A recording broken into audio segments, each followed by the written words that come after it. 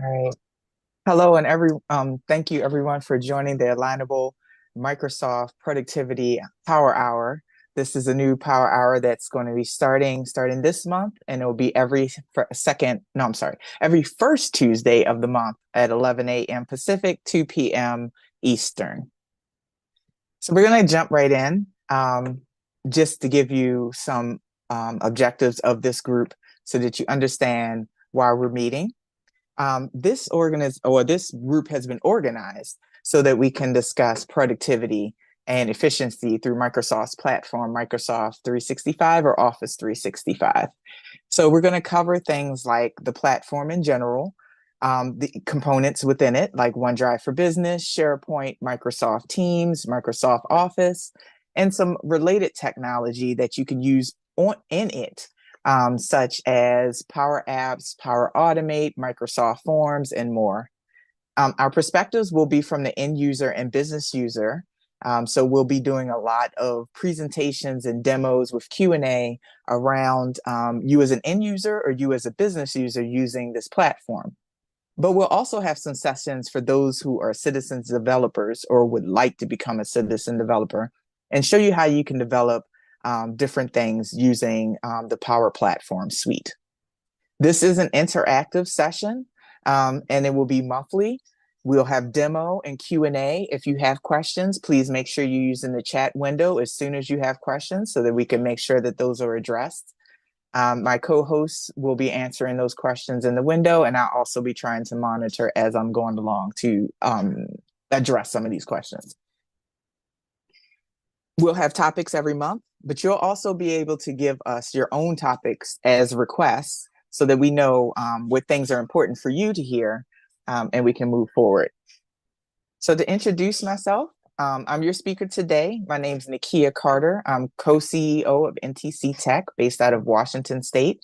We are Microsoft partners that primarily focus on this technology of Microsoft and Office 365, building solutions, giving you that valuable information through consulting and strategizing. We also do training around the platform as well as on some other things. And then my co-host, Harry Carter, co-CEO of NTC Tech, also with me, again, will be answering questions in the chat window. I would love it if you could have your cameras on. It's not mandatory, but I've been an instructor for a while, and I know how sometimes you may not know about a question that might be formulating, or I like to also see your face to understand how you're feeling about what's going on and what I'm talking about. So please, if you would like to show your face, I would love to see it so that I can see what your expression is. If not, and if so, you can still enter your questions in the chat window so that we don't miss any of your questions. Okay. So the topics for this month. So here's our agenda for today's meeting for this month. We're going to go over Microsoft Office 365 from a high level. We're going to look at its background, licensing. We're also going to look live at this homepage, and I'll give you some details about the homepage. Then we'll do some more overviews for Exchange, OneDrive for Business, Microsoft Teams, and SharePoint, some of the main components within Office 365 suite. We'll look at the mobile apps and the special limitations. I'll give you a word about browsers. We'll do a bit of comparison between Office and Office 365, as well as OneDrive for Business and OneDrive Personal, because people get that confused a lot. We have our recommendations, and you'll be able to get access to these slides. There'll be a QR code at the end of this presentation where you can get access to these slides and get our useful resources that are included in this deck. There's a QR code on this slide for you to be able to tell us what topics you would like us to discuss next month. So I want to point that out right now. But the overall goals for why we're here. This is to give you an overview of Office 365 or Microsoft 365 because they have those two names. This session will help you to understand the tools that help you become more efficient, become more productive, get your work done a lot faster and a lot easier. gives you a better understanding of the suite and what could be available to you depending on your license structure. And there will be more sessions monthly. So again, if you have topics that you would like to bring up around the Microsoft suite or related technology, please use the QR code and answer a short form, and let us know what you would like to hear. Okay, so before we get into the meat or the crux of this whole session, I always have to give a cloud disclaimer because we're working with Microsoft technology, but not just Microsoft technology, it's cloud technology. Microsoft and cloud technology in general continually updates their cloud technology. So it's constantly being updated any time of day, day or night, weekends, all of that. So sometimes our slides that you may get may be different than what you see on your screen because they might have changed something. Also, while I'm going through the presentation, if I fumble a bit because they moved a button, please excuse any of that as well. But that's kind of typical for a cloud system. It's great for constant improvement, but things can move. All right. So now let's get into Office 365 and let's look at Office 365 from a high level and what you get there. Office 365, also called Microsoft 365, depending on what license that you get, is a platform that's subscription based. You only need at least one person to start the subscription, but you can have multiple people in the subscription. It has the ability to be free or super low cost for 501c3s and educational institutions. It's accessible and secure from anywhere as long as you have, your device and a secure network connection to the internet. It can meet many compliance standards like FedRAMP and FISMA and NIST and HIPAA. But it does need configuration for that. It doesn't come out of the box with that already set. A lot of the security controls are already set, but the compliance standards, if you have those, they need to be configured. And as I said, you can have a subscription where you're mixing and matching different licenses. So one person can have one license that gives them access to certain things. Another person can have other licenses that gives them access to other things, all in the same tenant. And this can help you save money in being able to get the license that fits that person best without spending more money on things that they don't need. So where can you get Office 365? There's business plans, there's enterprise plans, there's plans for your frontline worker, education, nonprofit, and government plans. So the business and enterprise plans, usually the difference between a business and an enterprise plan, one, business plans come with everything. Enterprise plans don't come with teams. So if you get an enterprise plan, you have to buy Teams separately unless you already have Office 365 and you already have that plan, then you're grandfathered in. Other than that, the other difference is the number of users. So a business plan, you can have up to 300 licenses for a business plan. Enterprises are unlimited. That plan is unlimited. So you can have multiple enterprise, over 300 licenses of people with enterprise plan, but only up to 300 for your business plans. Frontline worker. This is one that can save you some money as well. So you could so your enterprise plans cost more than your business plans. So it's like enterprise, then business, then your frontline worker for your general business. For you, those of you who are general business folks, not nonprofit, not education, and not government. You would go for one of these or a mix of these three types of plans. So like I said, the business plan costs less than an enterprise plan, but it doesn't have as many things in it as the enterprise plan has. So there's extra capability in the enterprise plan, except for Teams. Then there's frontline worker plans. Now, these are great because they are really low cost. And they give the ability for folks, say, that don't need anything but maybe email and the ability to get into the intranet. This plan, some of them are like starting at $4 a seat. You could use that plan for your factory workers, your people that are on the front line, say like at a hospital, or you're in manufacturing. So the people that are working, the factory workers out on the floor. This plan could be great for them because they don't need as many things as the office worker who would need office and things like that. Now, your education, your nonprofit, and your government plans are all discounted depending on if you're an accredited educator or academic institution. You can get a education plan. Some of them are free, and some of the licenses are free. But then there are also super small paid licenses. I think they're like 50% off now, I think. Same thing for nonprofits. So you can get ones that are free and mix them with ones that aren't free, or just use all free licensing, depending on which your institution or your organization needs. If you're government, though, you have to be like have a government, .gov type email address, and you won't be the one going to get it unless you are the purchaser, the buyer for your government agency. For the most part, you can go look at those plans and see what they come with and see what the costs are. But if you are to go buy one, you have to be the actual purchaser because you will have to go through the proof to show that you are a government agency in order to get on the government plans. There's also free developer accounts for those of you who like to kick the tires of Office 365. Maybe you're a citizen developer and you want to try a few things, or a developer and you want to try a few things. You can get a free Microsoft Office 365 developer account using that link. Now, the next two slides I have on the Office 365 or Microsoft 365 homepage in the suite bar. So I'm going to exit out of here and show you it live, but you will have the slides for later use. All right, so I have another screen, so I have to look up to the screen. So apologies for me looking up and down, up and down. You go to office.com. This is how you sign in. You get to a screen that looks like this. Now I'm already signed in.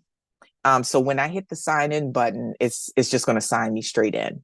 When you hit the sign in button, if you haven't been signed in through the browser, through one of the other browser tabs, I'm signed in another browser tab, then it will ask you for your email address and your password, your username and your password. Your username is your email address. So you put that in along with your password, and then you're able to get into the Office 365 or Microsoft 365 homepage, which is where we're about to go now. So I just hit the sign in and it will sign me in to, oh, well, maybe it's gonna, okay, should just go through and sign me in. And then we'll hit the homepage. And then I'll show you the different pieces of the homepage. All right. So this is the Office 365 or Microsoft 365, like Microsoft was trying to rebrand the whole thing to be Microsoft 365. The homepage for it. It looks like it hasn't finished coming in though. Okay, here's some more pieces. Okay, hopefully it's all done now. And I'll get into the pieces on this board. So some of the things that you can do here. So up here is the suite bar. And down this side is the left navigation. And then this is the page, which you can see there's different things here for us to be able to see. Let's go down the left navigation really quickly. So this is the home page. On this home page, we can see, the different things I've been working on, some access to some of the quick things, some quick access to some of the things that either I'd been working on personally or somebody else sent to me, or even that the system sent to me. Like I had a meeting earlier with this lady, and there's the recording for that meeting. Here's some of the recommended things that the system thinks I might want to click on because I've been working on them recently or working on them a lot. Or I was in a recent meeting where it was related to it. Like, say, for example, this one right here, related to a recent meeting. So it kind of tries to give you some ideas of some things that you might want to click on. Depending on your license, you may also have the ability to install Microsoft 365 apps. Now, these are basically Office. I hate sometimes that they name things the same thing. It gets a little confusing. But if you look at this right here, it says install Word, Excel, PowerPoint, OneNote, Outlook, all of that. So this is going to install Office on your computer. This Office will be an evergreen Office. It'll also be constantly updating with the cloud. If you don't have that as part of your license, you will still have the ability to explore the apps that are available to you and install your M365 mobile apps, which we will talk about in a little bit later in this presentation. On the suite bar, I have the ability to get around using this thing that's called the waffle. Also, it's nicknamed the waffle. It's called the app launcher or the app switcher because basically allows you to switch between the different online apps that you have as a part of Office 365, like going to my email, going to SharePoint, going to Teams, maybe, starting a new form. So all these things that I have available to me would be showing up here. Some of these things you might not have available, but I have available like Dynamics or customer voice. So it depends on the license that you have for your actual self. You'll see what you have available to you here. Also, because I'm an admin, I have the admin button here to be able to buy new licenses, add users, et cetera, et cetera. Anywhere that I am in Microsoft 365, if I see this link up at the top and I click on it, it will take me back to this page. So if you see that link right now, it's not clickable because we're on the home page. But if you see that link, that's what it's going to take you to. This search bar will allow you to search through different apps as well as allow you to search for different things. Like I have an app for Alignable, but I also have presentations for Alignable. And I could show more search results here. This button up here allows me to send feedback to Microsoft. This can be awesome if you have feedback to give to Microsoft. There's a lot of things that Microsoft could improve on or that would work better. And you're able to give them direct feedback. Just make sure if you do, there's a couple of things to note here. If you do that, you want to make sure you add as much detail as humanly possible to explain what it is that you're trying to say that needs to be improved or needs an upgrade or whatever it is that you needs a fix. That way, when they go and look at it, they don't throw it out and say that, oh, well, I don't really know what this is, so I guess we got to skip it. The other thing is, and I forgot to look the thing up, but I think it's called, if you look online for Microsoft Customer Voice, and you get the person or people to vote on what you just submitted, Microsoft looks at those things as soon as they hit about 50 votes. So if you submit something and it's really good, other people may see it and they may vote it up, but you can also get those votes up by, advertising to your folks. Now let's go down this left side.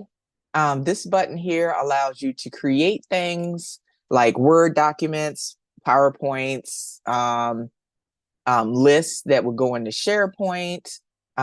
There's different templates that you can start from, the different blank things that you can start from. If you have Visio, maybe a Visio drawing, Sway, things like that. My content is where your content lives. So if you're looking for something and for some reason you cannot find it, but you you used it recently, you might want to go to my content and on the home page and then go to recently opened.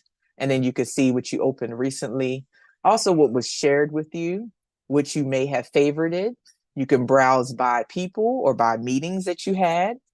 You can also look through different file locations like cloud files and OneDrive for Business, or in SharePoint, local files through your desktop, and any attachments that will happen to be sent to you.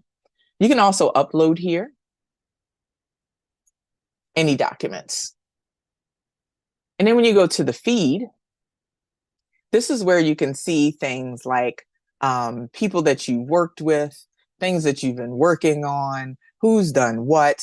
You could stay on top of things here. You can get meeting insights. You can look at your network and you can get news from around your organization. And that news normally comes from like your SharePoint communication intranets. You can manage your network here.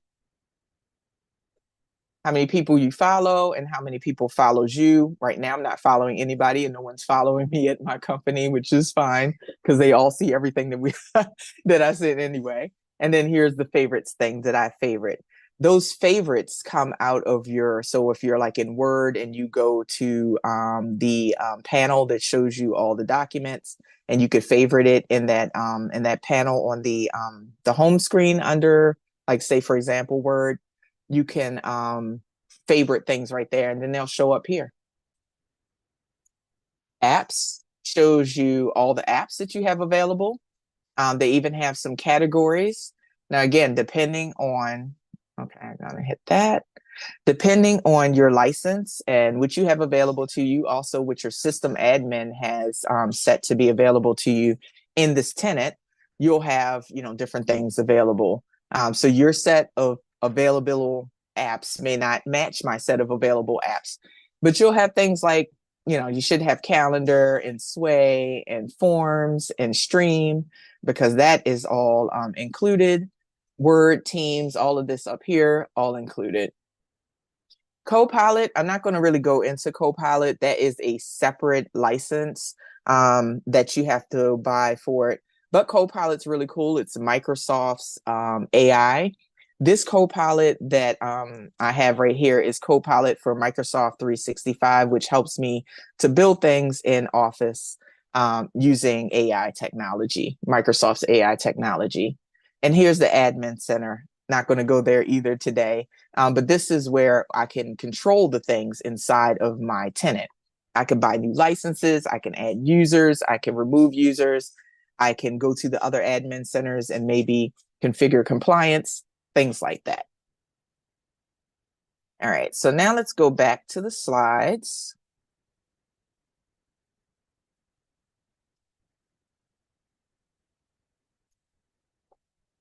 Okay.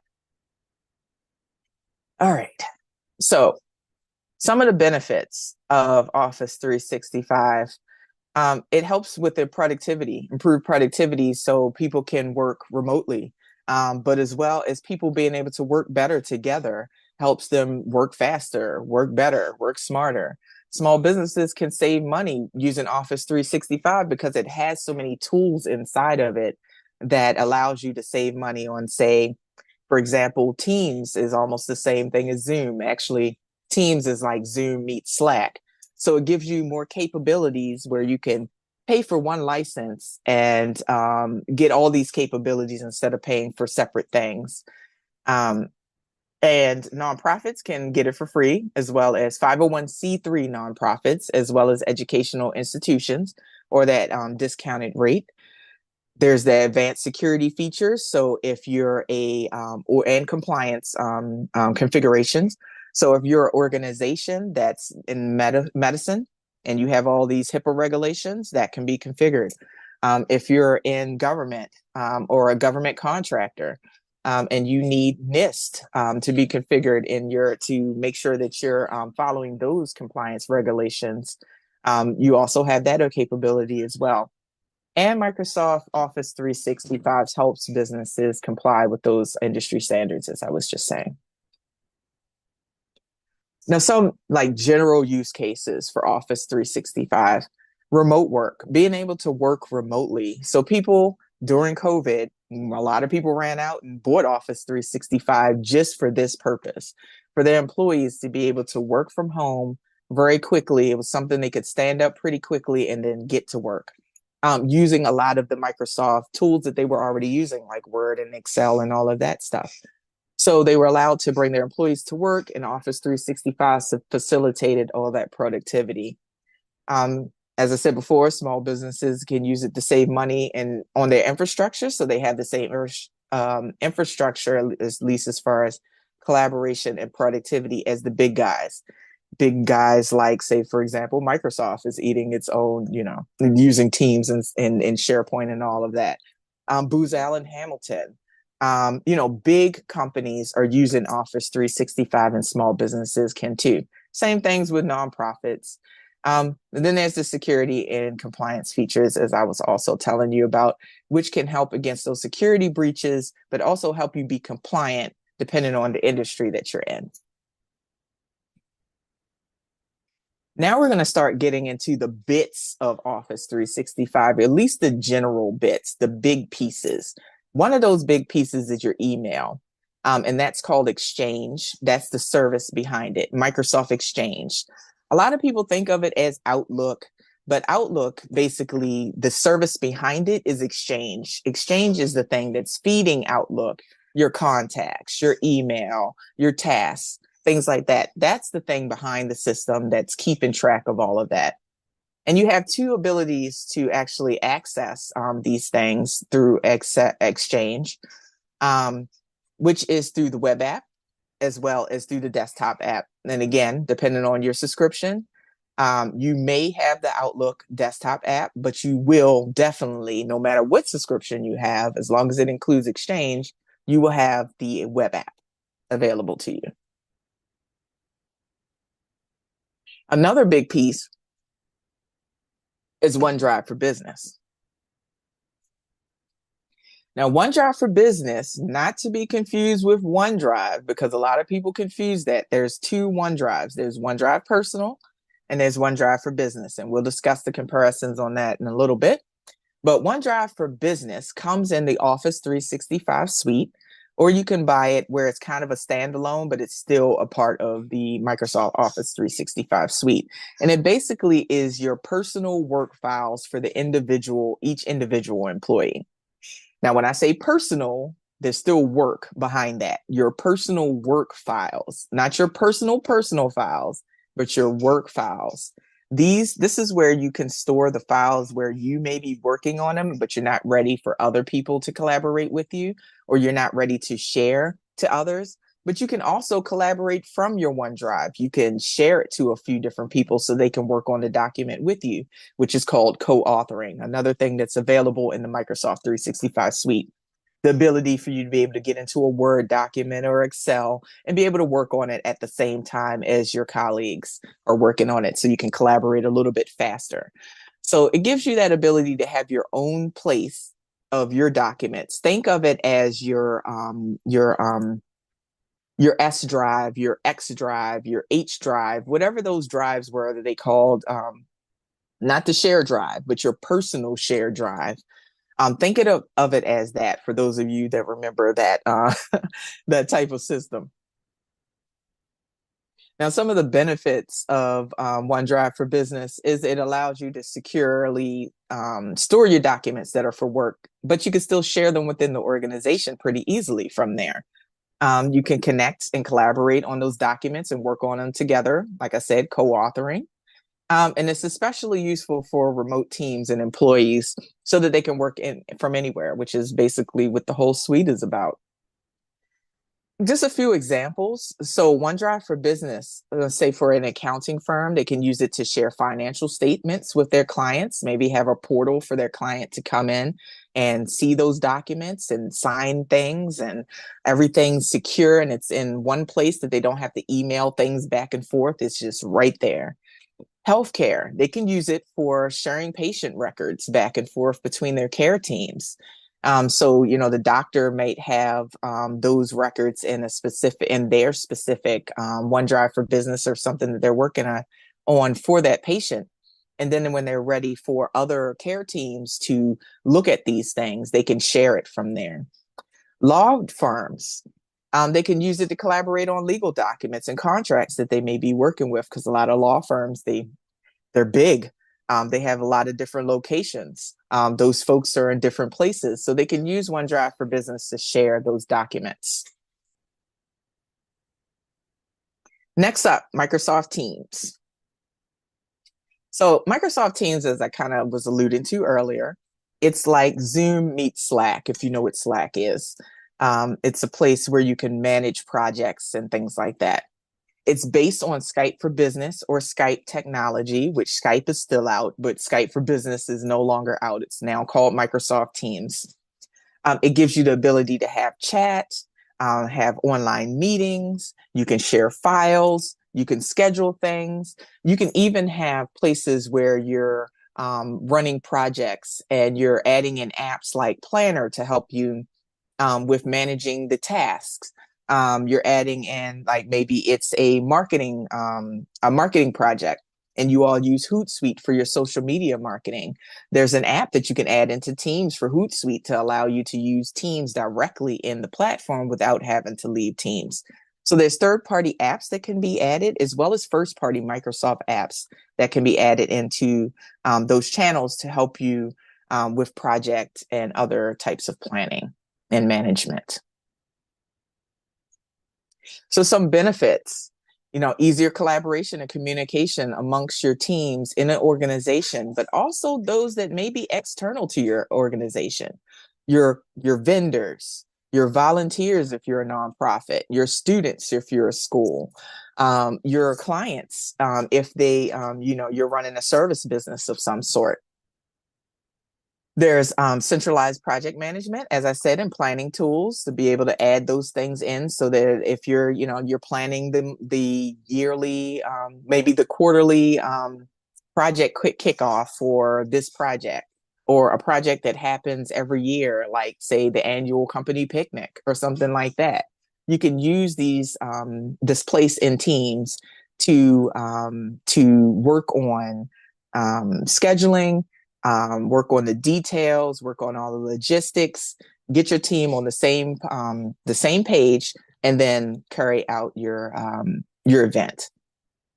You can conduct your virtual meetings, also webinars, have training sessions like this. Even though we're using Zoom right now, I usually use Teams when we can have sharing sessions and record it and have virtual backgrounds just like I have back here as well. So a couple of industry use cases here. So manufacturing companies can use Teams to help improve the communication between the people that are in the office and the people that are out on the floor doing the actual manufacturing of things. Like say there is a stop work for some reason. There could be a message sent out from the office directly to those plant managers using Teams to let them know, hey, stop work right now. You can even put urgency on it. So it sends them an alert so it buzzes them every 2 minutes for 20 minutes until they pick it up. So you can even do that sort of thing to increase the ability for a person to see it in time. Educational institutions can use it for remote learning and have used it for remote learning during COVID. There was lots of virtual classes for adults as well as for children that Microsoft Teams was being used for, as well as for helping with planning for those classes. Healthcare providers can help coordinate with the care teams that might be in different parts of the hospital or in different hospitals. So they can communicate and coordinate on that patient's care without having to get into a meeting where they have to drive to it every time. They can save time as well. All right, now we're going to go into SharePoint. Now, SharePoint is a Microsoft technology that's been out for a long time. It's been used for intranets. So you can do things like setting up portals, places to share information with other people. You can manage documents. You can have like dashboards and communication hubs and like your CEO corner, things like that. It looks like the web, so you can build pages that looks like, basically a web page. Some of the benefits of SharePoint, as I said, it can be used as an intranet for internal communication. So communicating, vital messages as well as, morality messages, morale messages, I'm sorry, not morality, morale messaging, things that are coming up. Departments can share, like, for example, if it's the HR department and they have their own portal for the internal employees to come to, they can actually fill out documents, look at benefits, information, things like that. Know that tax season is coming up because an announcement was posted, things like that. It also could be used for document management. It is the engine behind Teams. So Teams allows you to have files that will be related to the projects that you're working on, and those files are actually stored in SharePoint. But there's version controls and advanced searching features, as well as the storage and the ability to be able to share. And because SharePoint, the first part of the word is share, it is a place for you to share with most people, but it can be secured down to a specific group of people depending on what you're using that site for. You can also create custom workflows that automate business processes, but we use like another tool inside of SharePoint to do these things, as well as there's one built-in one that's still left in SharePoint that can be used as well for your business processes. So a few more industry examples here. Finance companies can use SharePoint to create those portals, as I was talking about, where they can share the data, or financial reports or things for the client to pick up right through this portal. Retail companies can use SharePoint to manage their inventory and their supply chains. They can also use it when it comes to communicating with their vendors, or their suppliers. Government agencies have and still use SharePoint, because SharePoint, like I said, has been around for a long time, to streamline internal communications and collaborate and work on projects together. All right, so those were the big chunks inside of Office 365. There's more there to be discussed, but those are the big pieces besides Microsoft Office. So now let's get into the mobile apps that you can get, as well as the special limitations that you should be aware of. So there's a bunch of different mobile apps you can get. This is not an exhaustive list of things that you can get. Of course, Word, Excel, all the Office apps, Teams, SharePoint, other apps like Power Apps, OneDrive, Power BI.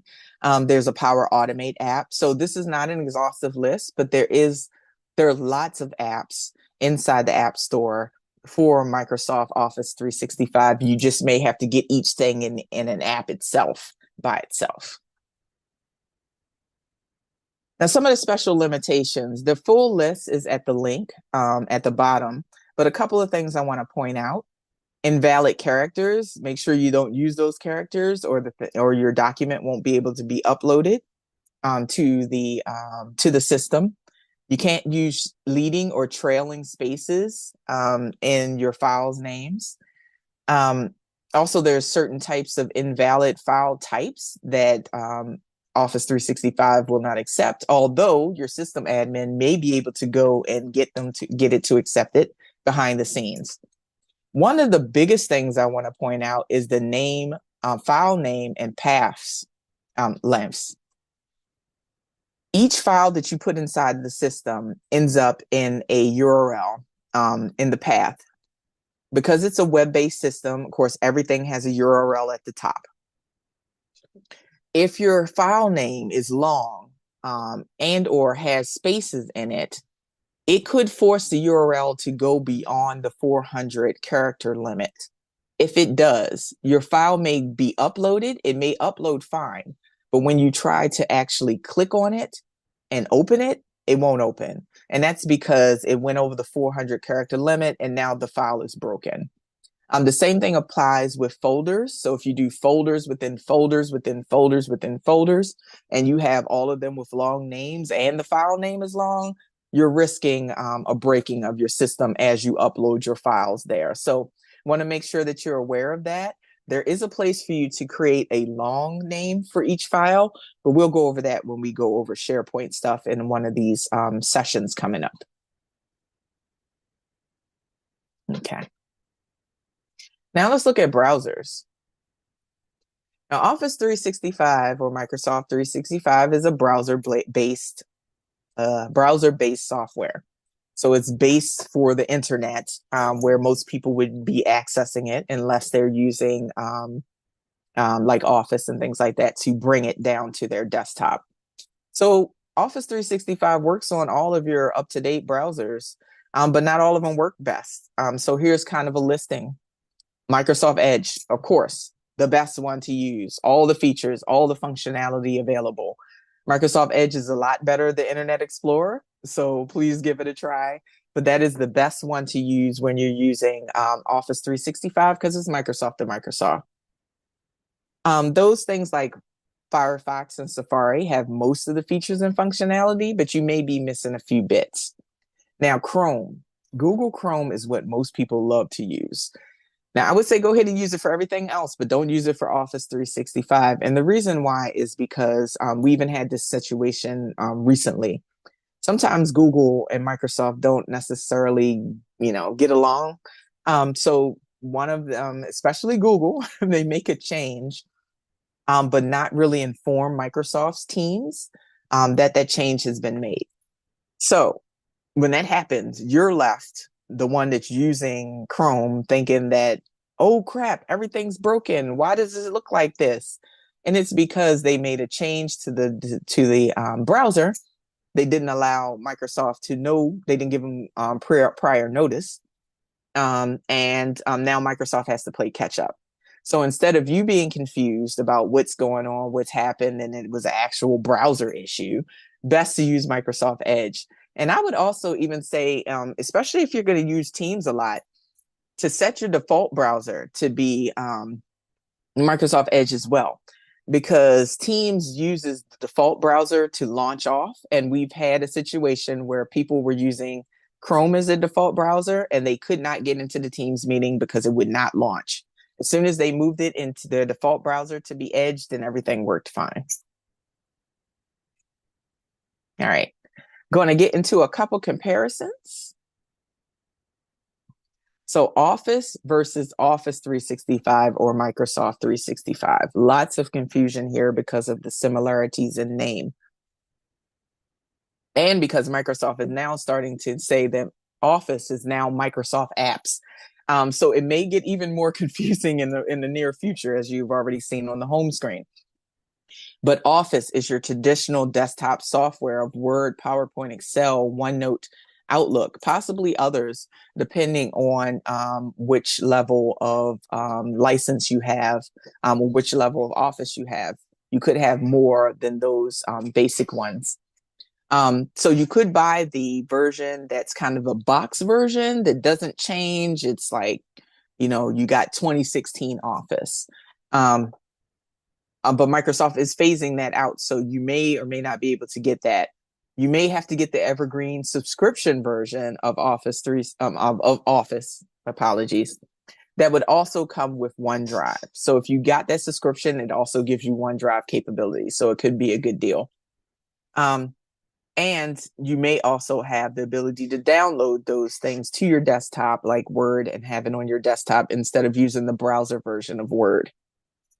But each person gets that has that subscription will have the ability to cover 5 of their devices. So, if you have a computer, maybe 2 computers, maybe a tablet and a phone, that's 4 devices, all of them are covered. Now, people sometimes share their Office license. If you do, just note that if you do, everybody that shares that license with you, because you have 5 devices that it can hit, will see everything that you've been working on. So if you don't want other people to see what you've been working on, don't share your Office license with them, or they will be able to see it. So there's Office licensing for individual peoples as well as family. And of course, it comes in the business plans. Now, Microsoft Office 365, it includes Office, the Office apps especially, but it may also include the desktop version. But then you get all these other things with it that, as we had been talking about. So try not to get those two confused. And those are the difference. Now, this is the one I really don't want you to get confused on, because this one can be a problem if you do get it confused. OneDrive for Business versus OneDrive. So there's a personal OneDrive and a business OneDrive. The personal OneDrive, normally, I think it's the little white cloud, and the business OneDrive is a little blue cloud that would show up on your system tray. But either way, OneDrive for Business is for business. It's the business version of OneDrive. It only lives in the Microsoft 365 tenant type subscriptions. And OneDrive Personal is the one that comes with your Office 365 Personal or Office 365 Home or Student version, or comes with certain accounts like a Microsoft account, like Outlook comes with it, as well as Xbox accounts. Now, it's personal for your OneDrive one, and for OneDrive for Business, it's your personal business files. And when I say that, it's the files that you're working on personally for your work, for your business. Now, please do not put your personal files in your OneDrive for Business, because if any time the company decides to take your OneDrive back, also they can go into your OneDrive at any time as well, just so you know. Because it's it's part of the company, it's part of the company's assets. So people can look in it as well as if they are for some reason shut you down or shut you off, like you lose your job or you move on to a different place and you forget to get your, say for example, you put all your photos in there, those photos are gone. Unless the company is, good enough to, dig those things out and give them to you. They're gone. Put those in your personal OneDrive. And both things, they're separate products. They don't touch. They have separate syncs. There's the ability for you to use the sync button if you're in each product, and on the browser, there's on the action bar, there's a sync button that you can click, and that will bring that folder of items down onto your file explorer. So you'll have a little folder on your in your desktop. But please remember that do not use your OneDrive for Business for personal stuff. Keep your OneDrive for Business related, your personal files that you're working on personally for work, but still work files. Okay, our recommendations. Whew, we got 8 minutes left, and I do want to make sure we get in questions. So make sure you visit if you have access to it anyway. Visit the admin center. Get to know your Office 365 system. If you don't have the access to the admin center, still get to know your Office 365 system. Go up to the waffle, click on it, see what apps you have available up there. Sync your OneDrive for Business to your computer so that you're able to, especially those of you that like working off your desktop a lot, if you sync it to your computer, then you're able to access those documents straight through your desktop. Same thing with your OneDrive Personal, but remember, do not use your OneDrive Personal for work files, because you're running a risk. One, people can look in it from your organization, and two, you're running a risk of losing those things if you were ever to be separated from your organization all of a sudden. Also, when you're sharing things with teams of people, use SharePoint or Teams. And you may also want to sync those libraries that you go into most often. And we'll discuss that when we look at Teams and SharePoint on another date. For quicker access, you can sync those as well to your computer. Now, as I've said, come on, slides, don't act stupid now. I have useful references in the back of this deck, and just sliding those by so you can see. So you can get the deck there's a QR code on the last slide, but any questions? We have about 7 minutes left, and I want to make sure that if anybody has any questions, we're addressing them. Oh, also, if you have topics that you want us to talk about for the next coming sessions, please scan the QR code, fill out the form, let us know. Or put them in the chat. That will work as well.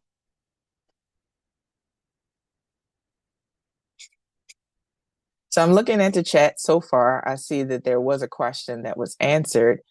Can there be a session focused on Microsoft 365 security? And yes, we can definitely have one of those sessions to talk about the different aspects of Microsoft 365 security, what the different products are there, and what those things do. I have a question. All right. So what are your thoughts on the differences between purchasing Microsoft 365 directly from Microsoft or through a CSP, then getting it from a third party, for example, web hosting like a GoDaddy? A lot of people get Microsoft 365 through those types of options. Do you see as sort of pros and cons? Yeah. Yes, there are pros and cons. One, you could buy, as William's saying, you could buy Office 365 directly from Microsoft. Go to Microsoft's page and buy it directly from them. Two, you could buy Microsoft Office 365 through a partner such as NTC Tech, our company, where you, as a CSP, cloud service or solutions provider, this one's kind of like the service provider. But anyway, we can sell licenses from Microsoft to you, as well as giving you the services and support that you need. Now you could get it from another type of partner because they are partners as well. GoDaddy, the web hosts, they are partners as well. What we've found is that they don't have they don't have the industry expertise in the platform that customers are looking for. So we've had a couple of customers that had GoDaddy. One of them had Yahoo, or so I forgot what it was, but it was like not Yahoo, it was some other provider. Their problem was when they went to go get help, they couldn't help them. they they knew the basics, but they couldn't give them consulting. They could not strategize with them. They don't build things for the most part unless things have changed or that particular provider provides those things.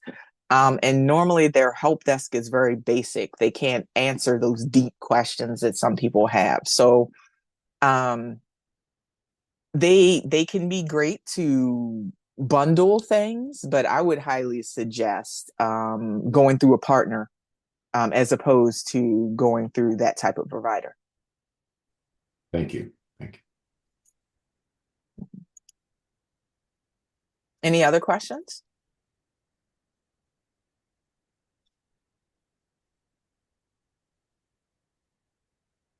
So at the risk of monopolizing, I do have some, additional comments that I've seen with that particular challenge, primarily with GoDaddy.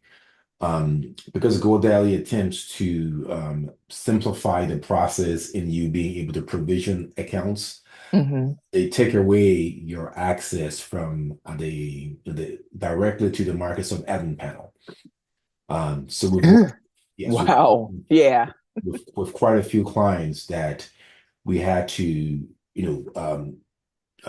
defederate them from GoDaddy in order to get full access to be able to configure those settings that you reference for, compliance purposes. Um, Yep. so that's another. Yep. And But I think yeah, Alan thanks for running that up. had a Hmm. question. I'm sorry. I was just saying, thanks for bringing that up. What you say at the end of that, William? I think Alan had his hand up, I think. Oh, okay. Got a question, Alan? Um, can you hear me? Hold on, Yes. I gotta turn off my sound here. Um, yeah, can you hear me now? Yes. For some reason, I can't turn on my camera at all. I can't use chat. It says it's disabled. So Mm. I don't know what I did wrong here, but um, Okay. I don't really use Microsoft 365, but it's really good to learn about, and I appreciate your this session. I want to figure out how to actually either get rid of OneDrive or make sure it's not the default for anything. Because like for example, I use GitHub. I'm a developer, and for some reason GitHub has put up my whole deposit repository in OneDrive, and it's taking up all my OneDrive space. I don't know, I've overused the space. Can you tell me, I never gave it permission, or it never asked me whether to put things in OneDrive. So can you tell me anything I can do about that? Yeah, that one we would have to look into, but Microsoft owns GitHub, so that's how it ended up there because Microsoft owns it. So of course they're going to use their whole, the things that's in their stack to help you along. Now there are ways to back certain things out of your OneDrive, but we'd have to look at that. I haven't seen that. I haven't seen that in action, but I know there's Okay, ways for you to back up out of there. I may have to just look at OneDrive at GitHub and see. There's probably some instructions there for moving the repository, but I'm just not sure how it ended up there. Yeah, it probably just ended up there because again, it was Microsoft, and Microsoft likes to use their stuff, so they will put it straight into whatever it is their stuff is. Force integration. Microsoft Yes. is good at I've that. seen that. Okay, well, appreciate it. I'll try next session. Maybe I'll be able to turn my camera on and get more involved. That might be an Thank you. issue on our end, Alan, but it will be resolved by next month. Okay, good. Yeah. Okay. Anybody else? Oh, we're at We're at time, time. but we do have like another minute or two if anybody else has a question. And while you're thinking of that, there's plenty of QR codes on the slide for you to get to know us, schedule a meeting, get the slides if you like. Also, let us know what topics that you want to hear about that are Office 365 or Microsoft 365 or related technology to those things. We would love to hear. Yeah, this was great. Thank you so very much. I have a whole list of topics that we can talk about offline, things that I personally am interested in, more about sort of the security of Office 365, being able to use SharePoint more efficiently. I mean, I think that there's a lot of room here, at least for my personal benefit, but I'm willing to share your space. Yeah. Well, I mean, even your personal benefit with you sharing or, talking about the things or thinking about the things that you want to talk about. Yeah. I'm sure there's others that are going to be like, oh, yeah, I should probably learn about that too. Shoot. Why didn't I ask that question? So great. We appreciate all topic ideas because we want to make sure that this community is going to be fruitful, beneficial to all of you so that you understand what you're getting. Stop using, that basic 20% of Office 365 that most people are using. Yeah. Use all of it and get 154% or more on your return of investment. So we want to make sure that you're happy with that and you're getting productive and having those happy employees. Excellent. So Nakia, thanks again to you and Harry for leading the charge here. Thanks to all of our attendees. We hope to see you again in a month.